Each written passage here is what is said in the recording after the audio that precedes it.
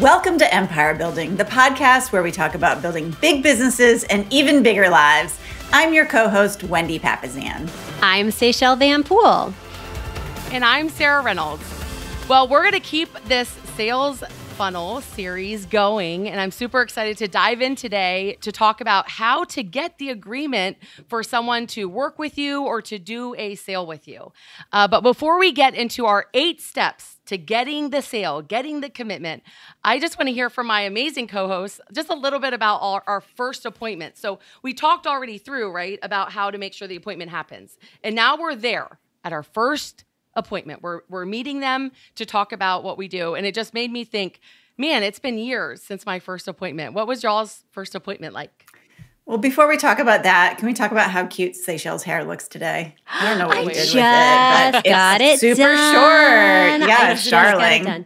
Fresh cut. Really I'm wearing my cutie pie jewels. Look, our little earrings. No, I like lightning it. earrings. Looks really good. I just got it done. Thank you. You're welcome. So cute. It was much needed. My girl's awesome. If you need a hair girl in Dallas, let me know. Best co-host hair. Best hair. Oh, I'll take that. I don't know. Y'all both have great hair. She's winning. Yeah. Yes. Yeah. Her hair is amazing. Yeah. Well, it looks especially cute today. Anyway. Thank you. First appointment. My first appointment. All of my first appointments were with people I knew. So they weren't like so scary. You lucky duck. I didn't know any of my first appointments. Yeah. I was 22. No one was buying a house at my age. I think unlike you guys kind of started in a business that was already robust, and I don't know. My first appointment was a sign call, and then my second appointment was someone that was driving by my first appointment. We went out and I was showing them houses, and then they drove by and they were taking the number down off the sign, and I ran up to their car and banged on their window. That's awesome. And you know what the worst part was? They were on the way to go see another house with an agent that they hadn't signed any paperwork with, so I converted them instead to meet with me at a coffee shop to walk through the process with them. Wow. Ended up signing them. Yeah. And then went to go show them. So, and then that other agent ended up showing up in the middle of our showing, and I had to have a super awkward conversation about how we had a signed by our rep. But anyways, that was how ours went. Mm-hmm. So, go for it, girl. Is that your story with your team? Like how to not get clients stolen? From people like me. From people me. Yeah, exactly. I was like, because I did that. If a cute little realtor runs up to you, run. don't roll the windows down. Or maybe you should, because you're going to get a great deal on your next house. And I know, they were the cutest couple. And she actually became a very successful insurance agent and is like one of the top insurance brokers in town now. And she's great. Oh, cool. Yeah. Wow. That's cool. Wow. Amazing. What was yours like, Sarah? My first day, I got my real estate license, came into the office, 8 a.m., dressed up, ready to go. And my mom, I was like, Mom, where are you? And he's like, at home. That's like, oh, okay. I said, well, what am I supposed to be doing? Like, what am I doing? And she's like, well, I'll bring you some people to call. And I was like, okay. So she brings me a stack of leads that were like a year old to call. Yeah. And so my first appointment was from those calls, actually. Awesome. And it Your was first day? Yeah, my first day. Of course it was. And it was a buyer that was interested in foreclosures. So she had done this lead source that was giving offers of foreclosure lists or something like that. And she's always had a great brain for marketing. Mm-hmm. But yeah, and so that was my first buyer appointment. And I remember them saying wow, you must have been doing this a long time. And I'm thinking, oh my gosh, I have no idea. You have no idea. Do you say that? They've been how long have you been doing this? It's I would always say, it feels like since birth. Yeah. I didn't know what else to say. I look 12. What do you want me to say? Yes. I love that. It feels like forever. I feel like I've been doing this forever. Or a day. You guys kind of have. Your whole lives, really. Old. Yep. Yeah. Yeah. Well, I mean, you. Yeah, I guess it's almost 20 years. But Barb didn't start our business until I was in college. So, I wasn't raised in a real estate family. It okay. Barb was only 2 years in when I joined. So the business was still very much in startup mode. Yeah. Oh, okay. I always forget that.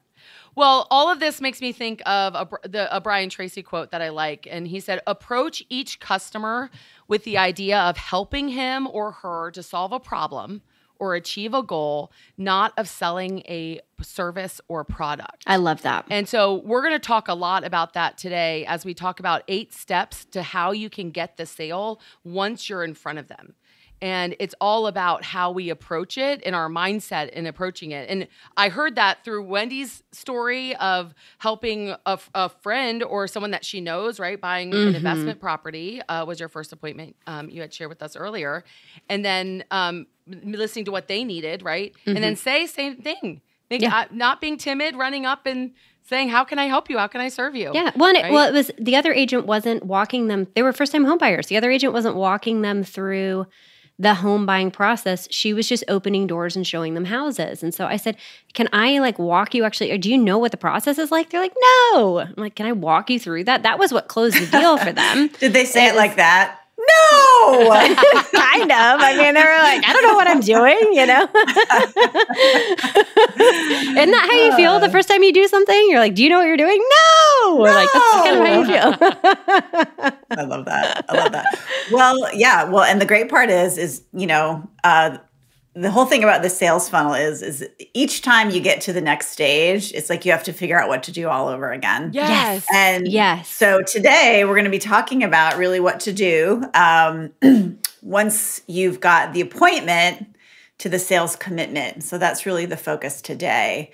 And so you've got that appointment, you set that appointment. Now, what do you do to have success? So the first thing you want to do is you want to prepare yourself, okay? You want to pump yourself up. You want to make sure you feel comfortable. I know that I always had the right things in my bag or in my purse, even just wearing the right clothes where I could put a pen and, just really thinking and preparing myself beforehand. And then you want to make sure your mindset is in the right place. So sometimes that's music. A lot of times I'll play Britney Spears, Work Bitch. Sorry for the swear word, everyone, but just kind of I love that.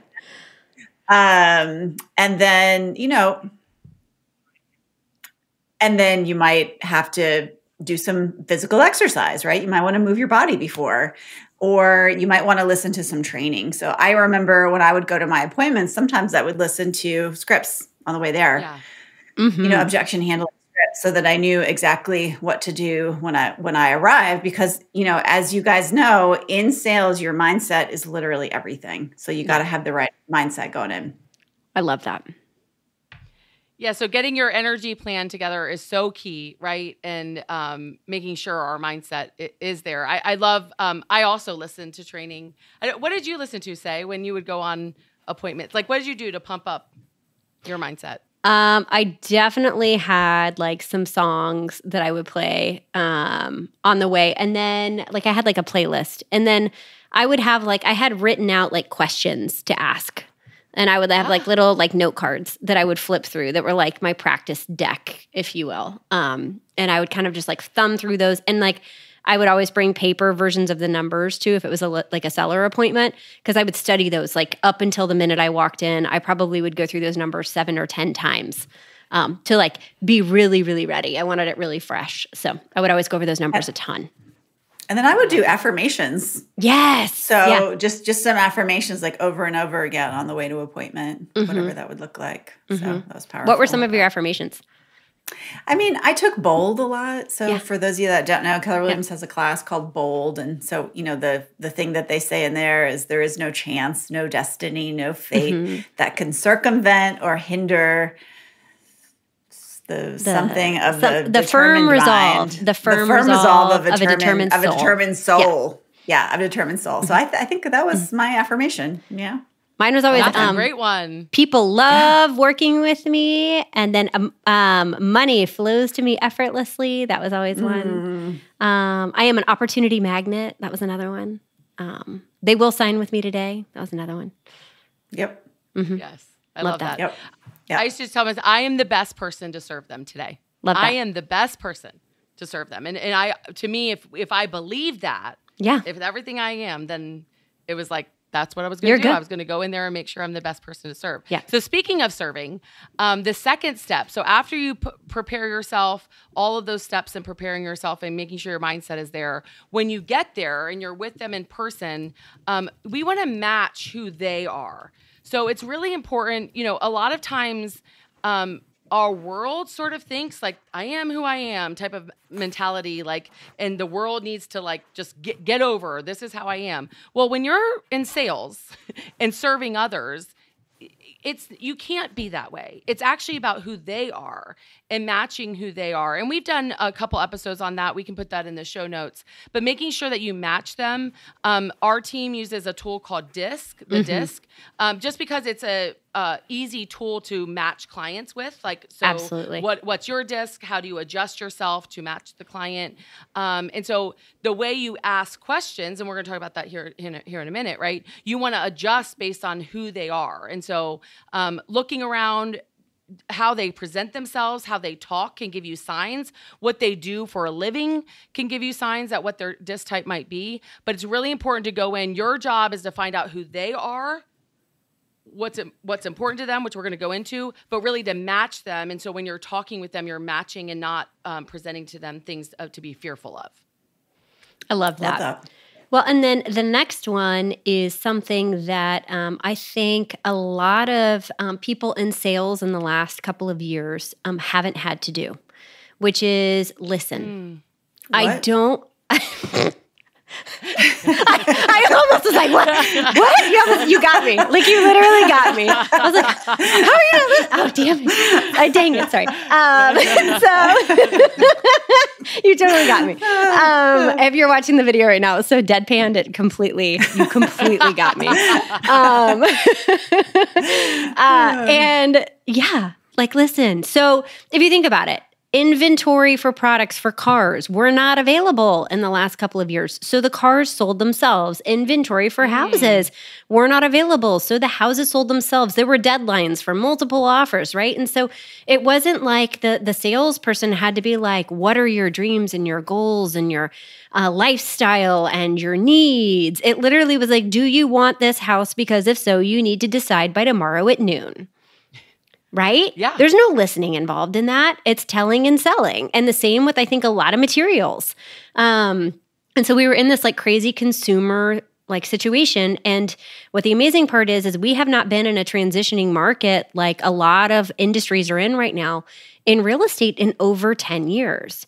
And so if you got into the business 10 years or less ago, you actually haven't really had to determine motivation. You haven't really had to listen to your client like you do now. So if you think you know what you're doing and you got in the business less than 10 years ago, I'm going to challenge you, and you can send me a note and disagree with me, but I'm going to challenge you and say, I don't think you've ever had to truly discover motivation like you have to with your clients right now by listening. And so if you ask the right questions and you listen, you zip your lips and you listen, the prospect will actually tell you what they need. And then you just have to match the need. And I'm not talking listen for a sentence or two. We're talking listen for like 20 minutes worth of questions. Dig deep. Ask open-ended questions. Like, why? Why is that important to you? What are you looking for in, your next house? How do you think you can accomplish that? Or how would you like for that to happen? And go what we call 3 levels deep on each answer. So if I was asking, like, Sarah, you and I can role play this for a second, and I would say, Sarah, just out of curiosity, why did you pick up the phone today and give us a call about buying a house? Well, we weren't thinking about moving, but we saw this home, and I just fell in love with it online. I mean, I haven't seen it in person, but I just fell in love with it, so that's why I called. Okay. So the average agent would immediately say, great, let's schedule an appointment right there. Right? That's what the average sales agent would do. What a great salesperson will do is say, wow, Sarah, this house does look really special to me. Tell me more about why this house feels like the perfect home for you. Okay. Okay. The backyard is amazing. Yep. And they would go into it. And you then find out more information. Right. And I'm going to go 3 deep on that to really find out information, because this might be the perfect home for their 25th wedding anniversary, right? That we don't know about. And that wedding anniversary is in April and they need to buy by then, whatever it is, right? Like you need to understand what that real vision and motivation is, and get to the heart of that to truly connect with a prospect, to turn them into a client, not just fill a simple, basic, high-level need. So good. I love the tell me more about that question as the second level, right? They answer the first question, right? And that's the answer. So that's 1 level deep. And then you ask, tell me more about that, 2 levels deep, right? And then something like, how can you envision your family there? Or how, if you had a magic wand, what would be the ideal time you get there? So like, then go a little bit deeper on whatever they said before moving on, which is hard to do. Like, let's be real. Like, I think a lot of us want to move fast. People are like, I told you I want to move to Colorado, Yeah. Yeah. No, but tell me really. No. Yeah. Right. Some people are going to be more simple with it. But yes. Digging. And I will say, I think about, we bought a car in 2021, and the guy that captured our business was the one that was willing to match our speed. And he was willing to, I was a buyer that didn't want to have to go into the office for a sales pitch. We were sheltering in place because of my dad's health. And every single other sales place said, no, you have to come and see the car in person to buy it. And I was like, I already know what I want. I don't need to come see it. You don't need to sell me in person. I'm a salesperson. I want to buy it over the phone with you. I will pay the deposit and give you my credit card right now today. And they're like, well, our sales policy That's why Carvana was invented. Right? And they were like, no, our sales process is you come in. And I was like, then I'm hanging up. I'm not going to buy from you, because they weren't listening to, if they had said, right. And if they had just said, why can't you come in? And I could have said, because I'm sheltered in place because my dad has Parkinson's and I can't give him COVID. Right? Like Jerry asked that one question. You had so many boundaries. The worst. It was the best and worst. I loved it. It was great and awful. It was good. Well, I mean, it wasn't, the circumstances weren't good. It was terrible. But the whole rest of the world is out having fun, and I'm like, I just want to go play. But anyways, but if Jerry at Kia of Jackson, right in the middle of Michigan, we were willing to drive. We drove 4 hours to go buy this dang car because Jerry was willing. Jerry. Yeah, shout out to Jerry of Jackson. I know. Kia our Jackson, corporate sponsor. Haha. I know. Yeah, I literally am getting paid nothing for this. But he was the only one that was like, "Why don't you want to come in?" I was like, "Because of this reason." And he was like, "Well, that makes sense. I can take. Let me go ask if I can take your deposit over the phone." I was like, "That would be great." And he literally made a car sale in 5 minutes with me. He listened. Because he listened. And I literally called 20 dealerships before that, and they all had the same policy. So it's like, as regardless of what industry you're in, I don't care what you sell, there is opportunity and gold in just digging a little bit deeper. Absolutely. Well, and that leads us right into number 4, which is have a what's in it for them to work with you kind of presentation or guide or bullet points to walk them through what you're going to offer them. Mm-hmm. This is just really critical on any appointment because I think a lot of times we think that we need to go in and sell ourselves. We need to just go in and say, we're amazing, we're incredible, I have this many accolades, and really, they need to understand what's in it for them. So if you're in real estate, what are the unique value propositions that separate you from everybody else, right? What are the things that make you different?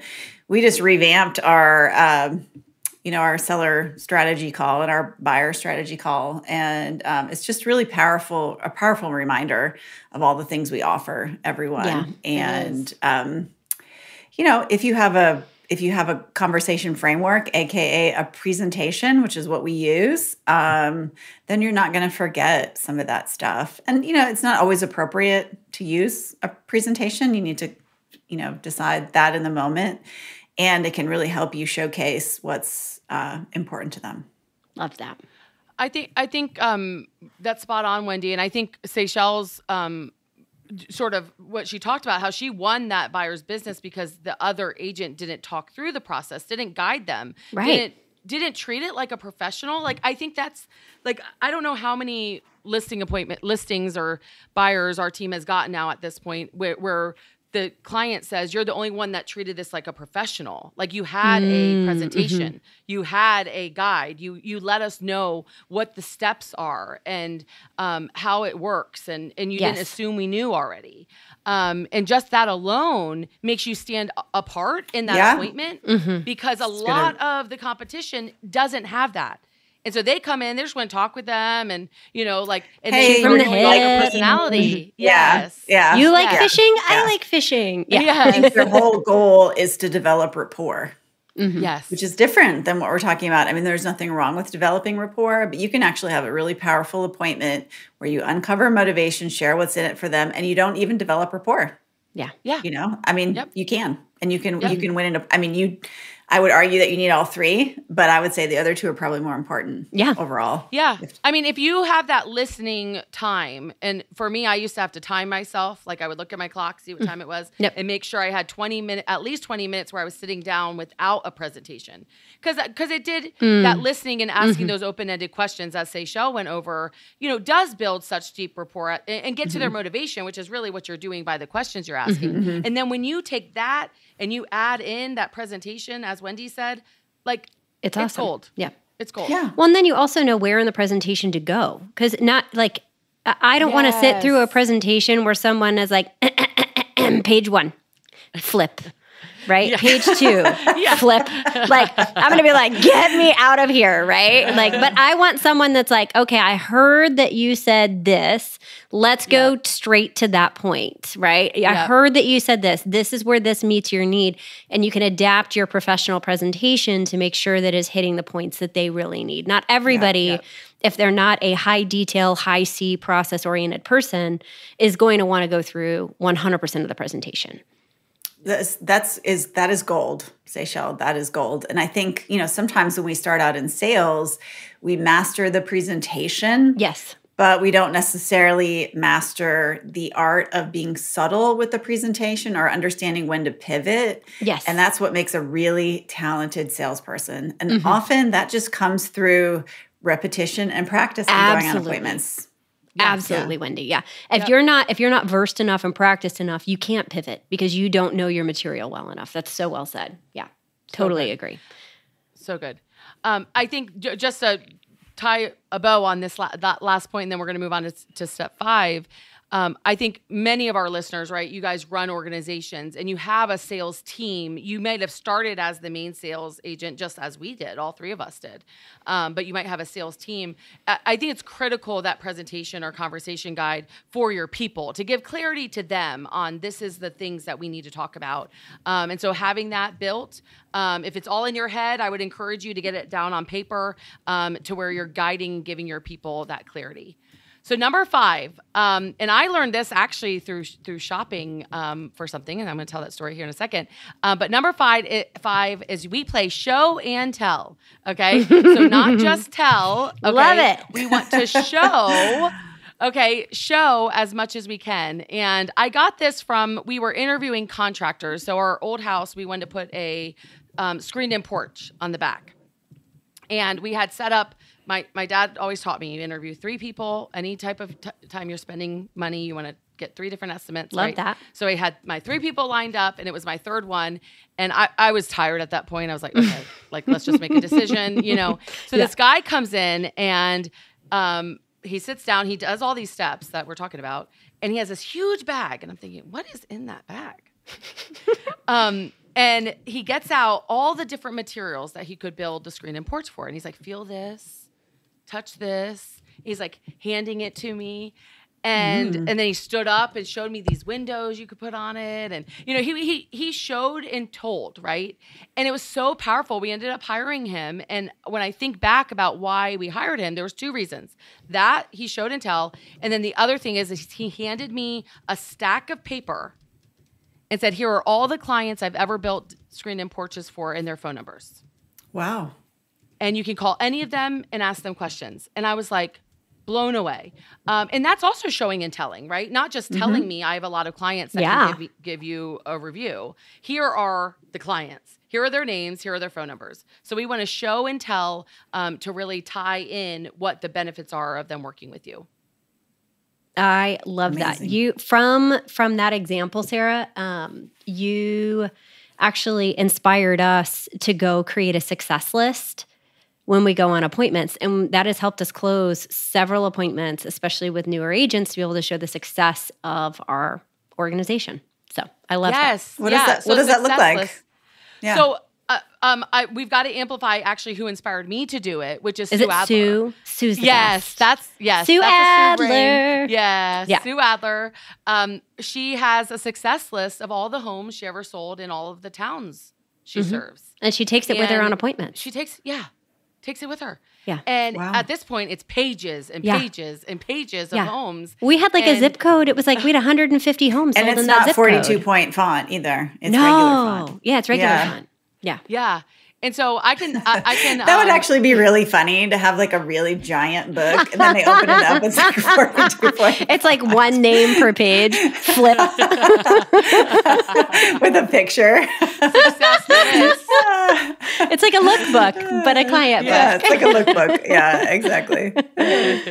Oh, can I tell you something funny? This is off topic, but kind of on topic. We have a sheet you fill out to be able to give to the admin team once you sign a client, so that they know all the important things, right? It's a little client intake form. And during the appointment, when Kristen on our team was my listings manager, she's now our ops director, but when we were working together, I would write down keywords on the intake form for her that were descriptive words. It would be plaid shirt, untucked, 4 strands of hair on the head,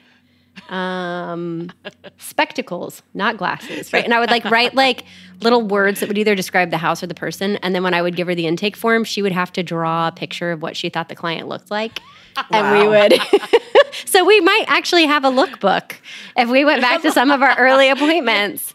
And sometimes it was spot on. And sometimes I was no. Much less hair. I thought you were going to say that was kind of your disc assessment, and that you were putting down things. We do. We actually do that.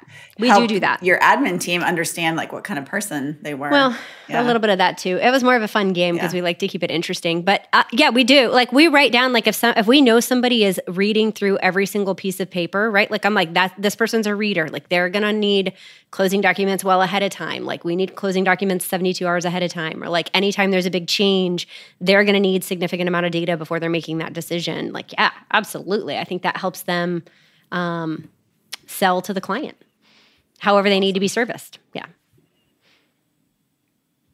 Number 6, eh? Oh, it's me. Number 6. Sorry.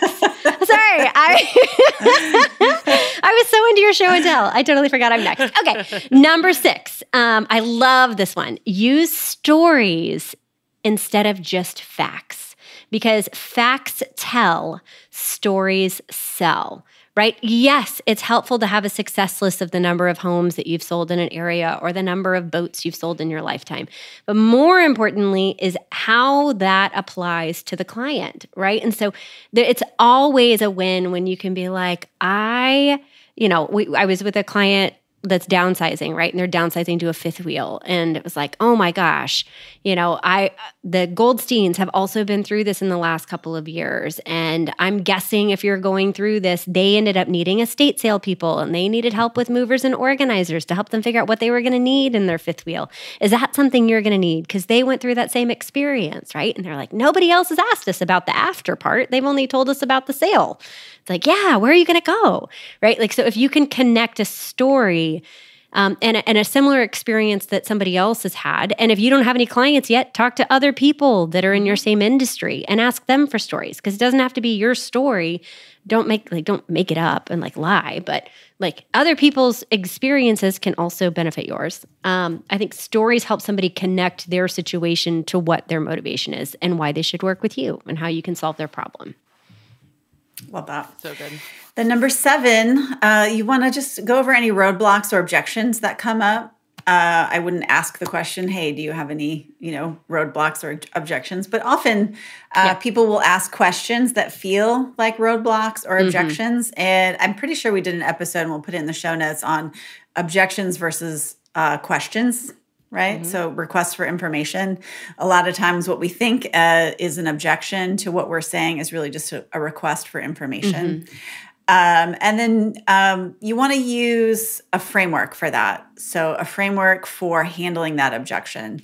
And I would start with a framework that says something like that. Oh, so it sounds like this isn't the price that you were hoping for. Is that right? Just make sure you're stating it. So aside from the price, is there anything else, that would prevent us from working together? No. Okay, great. Well, let's talk about that. And you can use a framework like feel, felt, found.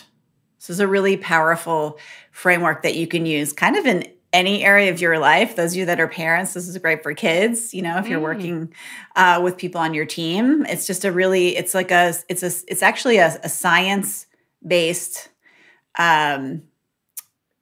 sort of like human behavioral thing that you can use. So what that means is feel, felt, found is the feel is you really empathize with the customer and show how you feel. So, okay, I understand that you feel like the price isn't where you wanted. Okay, I completely understand that. That makes sense. A lot of people are, yeah. And then you want to do the felt, right? So, which is really appealing to somebody else's experience and say how other people felt the same. So, okay, I understand how you feel. A lot of other people that I'm talking to are really disappointed that the market has really gone down and they're getting less money for their homes these days. That's tough. I understand that. And then number 3 is you want to present what other people found, right? So that is the found, the feel, felt, found. And the presentation is oh, shoot, I hear you. I feel what you're saying. Other people have been really feeling the same way. The market's going down. And what I've seen and what other people have done is they found that they actually have a lot of equity in their home compared to 2019, maybe when they bought the home or whatever your objection handler is there. And that feel, felt, found can work in almost any situation. I love it. That's I awesome. love that framework because it also ties into Say's point about telling stories, right? Because it is telling a story of what someone else found that had the same feeling. So it's like you're tying in it's tying in a lot of our points. And so I love that framework. It's one of my faves. And I never thought about using it for parenting. So I'm noting that. Yeah. I want you to report back. Yes. I got to use that tonight. Yeah, I understand how you feel. Yeah. Caitlin was just feeling the same way yesterday. Well, what Caitlin and I talked about is, Okay. I love it. Yeah. I love it. All right. Then the last point is when you're on that appointment, when you're face to face with someone and you've listened, you've matched, you've gone through what's in it for them to work with you. You've really handled any roadblocks. You've showed and told. You've given stories. You don't want to do all of that and then not ask for the business. And so you've got step number 8 is close, ask for the business, ask for the commitment to work with you. That's why you're there. You never want to leave and then try to ask by text message or phone when you're right there face to face, right? Yeah. Something as simple as I would just be honored to work with you. Can we get started today? It doesn't have to be are you ready to commit to me for 6 months? Let's get married. Is this a marketing presentation that you think would cause your home to sell? Mm-hmm. Yes, I love that. Mm-hmm. Yeah. Okay, great. Let's get started. Yes, let's get started. I love it. Mm-hmm. One of my favorite quotes is by Zig Ziglar. Timid salespeople have skinny kids. So good. It's so good. I love that. You've got to close. You've got to be the young blonde realtor going to the banging on people's windows. Yes, not being timid. And so ask for the business, and just asking alone, your sales will increase. You're 90% ahead of everybody else just by asking for it. And I would say that if you only memorize one thing. If you only memorize one thing about a presentation, this is what you got to memorize, right? Yeah. This one transition between your presentation and the close. And I think a lot of people forget that. They forget that is the one thing that they need to memorize. So if you don't do anything else, this is absolutely the most important thing. And you got to commit it to memory. What are the words that you're going to say that you feel really comfortable and confident with? I love that. That is going to cause them to work with you. I love that. Well, y'all, I get to be our closer today. And if we are looking at our sales funnel and what we learned, it's number one, have your pump up routine and have it be something that gives you energy and confidence, right? A good song. I'm sorry, I don't mean to interrupt you, but I can't get this out of my head. I got to say it before it ends. Okay. So I'm literally imagining you at this house, okay, little Seychelles. I am. Who's like 22 years old. You're tiny. In my mind, you're like doing like 3 backflips to get to the car. And then you're like, ah! And then you're like knocking on the door, on the window, like, hi, who are you? I mean, it was hot. It was in the middle of summer and I was like running across the yard in my heels. The client's like waiting at the front door and I'm like, hold on. I like literally go sprinting across the yard. Knock, knock. I'm like, what are you doing? Why are you writing down that number? Yes. So I did. So have your pump up routine, match the client, right? Mirror and match what their motivation is. Learn the DISC assessment. If you haven't, it's an amazing tool. Listen, and go 3 deep on your questions. Make sure your presentation has what's in it for them, right? This isn't a sell and tell. This is a consult and guide type of a presentation. Share stories because stories help overcome objections and they also help build rapport and connect. And baby, go for the close, right? Because that is how you do not have skinny children. So let's keep focused on the sales funnel because next week, I'm super excited. We're going to continue moving through it in our sales as we go over from sales agreement to closing and putting money in the bank, baby. Dollar bills, y'all. So if you have found this episode helpful, please share it with a friend. Yes. And because this could be someone's pump-up routine. This could be your pump-up routine. Yeah. We could pump you up. We'll go with you. I like that Jock Jams is your pump up song you just went to. That was amazing. Awesome. And if you have a really good pump up playlist, we want to hear about it. And as a huge favor, because we don't get it if we don't ask for it, please give us a 5-star rating and review. It would mean so much to us because we love doing this. And Jerry at Kia is not sending me checks to sponsor him. So the only way we grow is by you sharing us and leaving us 5-star reviews. So please do that. And y'all go out there and live a big business and an even bigger life. Bye, guys. Bye.